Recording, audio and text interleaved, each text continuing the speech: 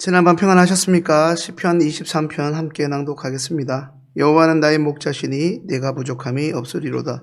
그가 나를 푸른 초장에 누이시며 쉴만한 물가로 인도하시는도다. 내 영혼을 소생시키시고 자기 이름을 위하여 의의 길로 인도하시는도다. 내가 사망의 음침한 골짜기로 다닐지라도 해를 두려워하지 않을 것은 주께서 나와 함께 하심이라. 주의 지팡이와 막대기가 나를 안위하시나이다.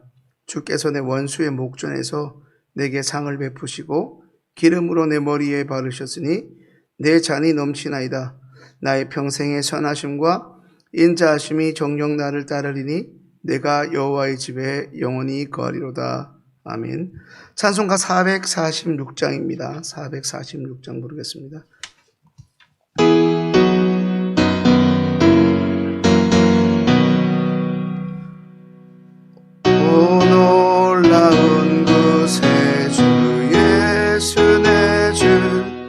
참 능력의 주시로다. 금바위 및 샘손 그곳으로 내 영혼을 숨기시니 메마른 땅을 종일 걸어가도 나 피곤치 저 위험한 곳 내가 이를 때며 금바위에 숨기시고 주 손으로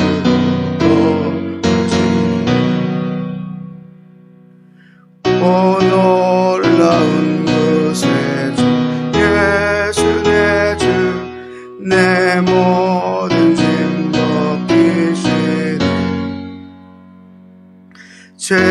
죄악에서 날 끌어올리시며 또 나에게 힘 주시니 메마른 땅을 종일 걸어가도 나 피곤치 아니하며 저 위험한 곳 내가 이를 때며 큰 바위에 숨기시고 주 손에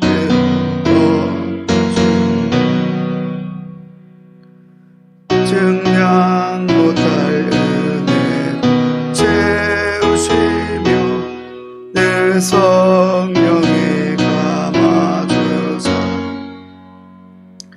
큰 기쁨 준 주님 찬양토록 내 생활을 도우시니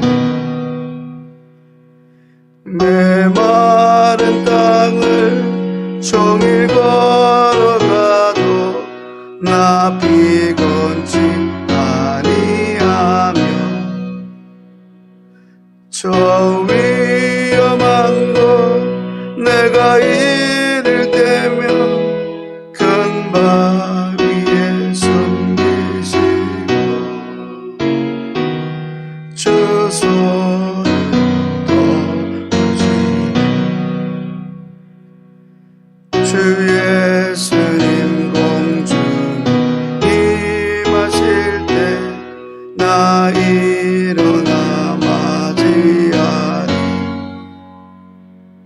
그 구원의 은총 노래하리 저 천군과 천사 함께 메마른 땅을 종일 걸어가도 나 피곤치 아니하며 저 위험한 곳 내가 이를 때며 큰 바위에 숨기시고 주 손을 놓으시니 이 새벽에 하나님께서 우리에게 주신 말씀은 이사야 51장입니다. 이사야 51장 9절부터 16절의 말씀입니다. 이사야 51장 9절부터 16절의 말씀 함께 읽겠습니다. 여호와의 팔이여 깨소서 깨소서 능력을 베푸소서 옛날의 시대에 깨신 것 같이 하소서 나합을 점이시고 용을 찌르신 이가 어찌 주가 아니시며 바다를 넓고 깊은 물을 말리시고 바다 깊은 곳에 길을 내어 구속 얻은 자들로 건너게 하신 이가 어찌 주가 아니시니까 여호와께서 구속된 자들이 돌아와서 노래하며 시온으로 들어와서 그 머리 위에 영영한 기쁨을 쓰고 즐거움과 기쁨을 얻으리니 슬픔과 탄식이 달하니이다. 가라사대 너희를 위로하는 자는 나연을 너는 어떤 자이기에 죽을 사람을 두려워하며 풀같이 될 인자를 두려워하느냐. 하늘을 펴고 땅의 기초를 정하고 너를 지은 자 여호와를 어찌하여 잊어버렸느냐.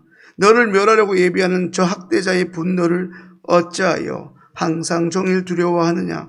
학대자의 분노가 어디에 있느냐. 결박된 포로가 속히 놓일 것이니 죽지도 아니할 것이요 구덩이로 내려가지도 아니할 것이며 그 양식이 핍절하지도 아니하리라. 나는 내 하나님 여호와라. 바다를 저어서 그 물결로 흉용케 하는 자니 내 이름은 만군의 여호와니라. 내가 내 말을 내 입에 두고 내 손 그늘로 너를 덮었나니 이는 내가 하늘을 펴며 땅의 기초를 정하며 시온에게 이르기를 너는 내 백성이라 하려 하였음이니라. 아멘.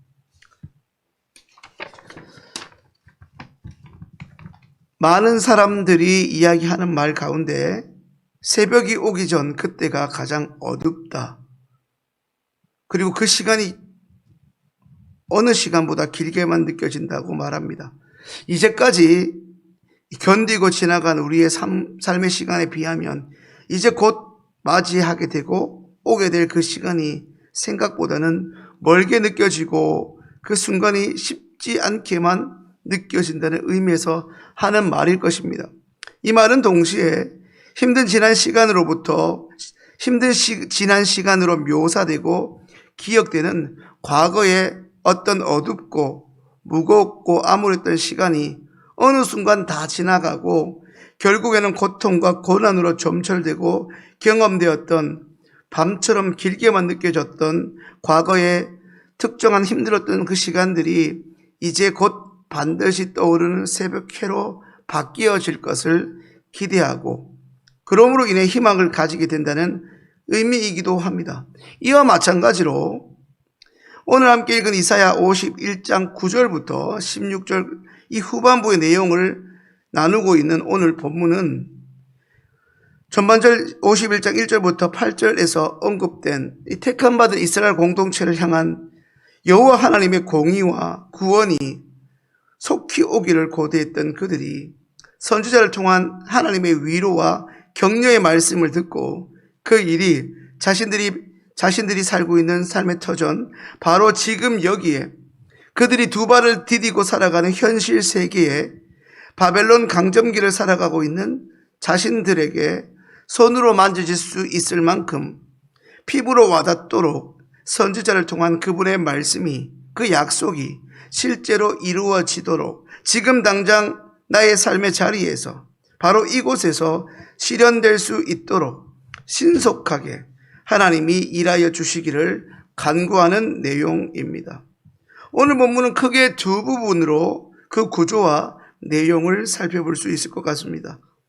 첫 번째 9절부터 11절까지는 여호와의 선지자를 통해 이제 하나님의 약속이 머지않아 실현될 것이고 그로 인하여 하나님의 공의와 정의 또한 구현될 것이라는 희망의 메시지, 소망의 위로를 들었으나 그럼에도 불구하고 그들에게 주어진 현실 세계의 고통은 조금의 개선도 없이 변함도 없이 계속 이어지고 있고 그런 그들이 하나님께 긍휼과 자비를 호소하면서 간구하는 내용이고 두 번째 12절부터 16절까지는 단순히 덥다, 뜨겁다는 개념을 넘어서 숨쉬기가 힘들 정도의 폭염이 연일 우리의 일상으로 이어지고 있듯이 계속되어지고 있는 바벨론의 시간 속에 살아가고 있는 고통의 그들에게 다시 한번 말씀하시는 하나님의 응답이자 그들을 향한 하나님의 확실한 약속을 담고 있습니다. 그렇다면 오늘 본문에서 하나님은 어떤 분입니까? 하나님은 오늘도 우리에게 말씀으로 소망을 주시고 곧 우리가 약속의 성취를 경험할 수 있도록 지금도 예비하시는 분입니다. 곧 우리가 그분의 약속의 말씀을 성취하는 것을 경험할 수 있도록 지금도 예비하시는 분입니다. 하나님을 믿는 그의 자녀이지만 언제부터인지도 모를 순간, 그 힘든 고통의 순간이 계속해서 이어지고 있는 오늘 우리에게 오늘 주어진 본문을 통해 하나님은 위로하십니다. 12절입니다. 너희를 위로하는 나는 여호와이니라. 이 말은 어떤 의미입니까? 너희를 위로하는 나는 너희 주변에 자기가 내뱉는 말도 지키지 못하는 한낱 인간과는 다른 존재이다 라고 말씀하시는 것입니다. 그러니 지금 너희 눈에 대단해 보이는 어떤 사람 두려워하지 말고 내게 그 사람이 뭔가를 줄 것을 기대하지 말고 여호와 하나님을 그분을 믿고 신뢰함으로 소망을 거기에 두라는 것입니다. 15절입니다. 너희에게 선지자 이사야를 통해 말씀하시는 이가 누구라고 기록하고 있습니까? 하나님은 출애굽 당시에 그 당사자들이 아니더라도 이스라엘 백성이라면, 이스라엘 공동체 구성원이라면 결코 잊지도 그리고 결코 잊어서도 안 되는 하나님의 하나님 되심을 너무나 뚜렷하게 보여주었던 과거 구원의 사건, 홍해를 건너게 하시고 그리하여 400년 동안 살았던 애굽으로부터 나오게 하셨던 그 놀라운 기적과 같은 출애굽의 연출자 하나님이 말씀하십니다. 나는 너의 하나님이라. 나는 너의 하나님이라. 그리고 마지막 16절입니다. 너는 내 백성이다. 이 부분이 참 은혜로운 대목이 아닐 수 없습니다. 구약에서 하나님은 이스라엘 공동체와의 현재적 관계를 설명하실 때 우리가 잘 아는 대로 16절의 개념을 사용하여 말씀하십니다. 너희가 내 백성이다. 혹은 너희는 내 백성이 아니다. 후자인 내 백성이 아니라고 그의 종 선지자들을 통해 메시지를 주실 때는 어김없이 징계와 책망에 그리고 연단의 몽둥이가 동원되었고, 전자인 너희는 내 백성이라고 말씀하셨을 때는 그들의 처한 상황과 환경이 어떠하든지 상관없이 하나님의 능력으로, 전적인 하나님의 개입으로 회복시키셨고, 그들을 압제하던 그들을 압제하던 민족과 나라가 어떤 능력을 가졌든지 그가 누가 되었든지 상관없이 그들로부터 친히 선택한 백성 이스라엘을 구원하셨습니다. 이스라엘 백성이 바벨론 강점기를 살아가면서 얼마나 많이 그리고 순간순간 여호와의 개입을 호소했겠습니까? 그런 그들에게 응답하시며 하신 약속의 말씀은 오늘 우리에게도, 이 말씀을 듣는 새벽의 기도의 영상인 저와 여러분에게도 여전히 변함없이 동일하게 적용됩니다. 사랑하는 여러분, 기억하십시오. 하나님은 오늘도 우리를 위로하시는 분이십니다. 그 하나님은 누구의 하나님이 아니라 아브라함의 하나님, 이삭의 하나님, 야곱의 하나님, 요셉의 하나님일 뿐 아니라 동시에 우리의 아버지 하나님이십니다. 우리는 여전히 그분이 책임지시는 그분의 백성입니다. 그렇다면 오늘 본문이 저와 여러분에게 주시는 교훈은 무엇이겠습니까? 모든 상황 속에서 하나님을 기억하고 지금까지 함께 해주신 하나님을 내 삶의 모습이 그리고 지금 내게 처한 상황과 환경이 어떠하든 상관없이 때마다 일마다 그 하나님을 소환하시고 온전히 의지하셔야 합니다. 언제부터인가 방송에서 이 소환하다는 말을 참 자주 쓰고 있습니다. 원래 소환하다는 사전적 의미는 법률 용어입니다. 검찰이 사건의 혐의자나 참고인을 조사하기 위하여 불러들이다 라는 뜻이었습니다. 그러니 소환되었다고 했을 때는 잘못하면 감옥에 갈 수 있는 가능성을 염두에 두어야 했습니다. 그런데 요즘 이 말은 과거에 행복했고 소중했던 어떤 시간들, 그게 20대가 되었든 30대가 되었든 그 소중했던 참 좋았던 시간들을 함께했던 내 주변의 사람들, 내 친구들을 다시금 추억하고 찾으려고 하는 시도나 행동들을 가리킬 때 사용합니다. 사랑하는 시온의 가족 여러분, 이전에 여러분들의 힘든 과거, 그 절망과 어둠의 터널을 이기게 하시고 지나게 하셨던 우리 하나님을 날마다 기도 가운데 그리고 말씀 가운데 소환하시고 그리고 감사할 수 있는 저와 여러분 될 수 있기를 소망합니다. 이 말의 의미는 우리가 과거에 묶여 지내자는 말이 아니라 오히려 그 과거로부터 지금 우리가 살아가고 있는 현재 그리고 우리가 앞으로 닥치게 될 미래의 모든 시간까지도 주관자 되시며 우리를 인도하셨고 여전히 인도하시고 앞으로도 변함없이 신실하게 우리 삶을 인도하실 우리 아버지 하나님을 오늘도 변함없이 온전히 신뢰함으로 주님의 약속의 말씀을 붙잡고 오늘도 감사함으로 살아가자는 것입니다.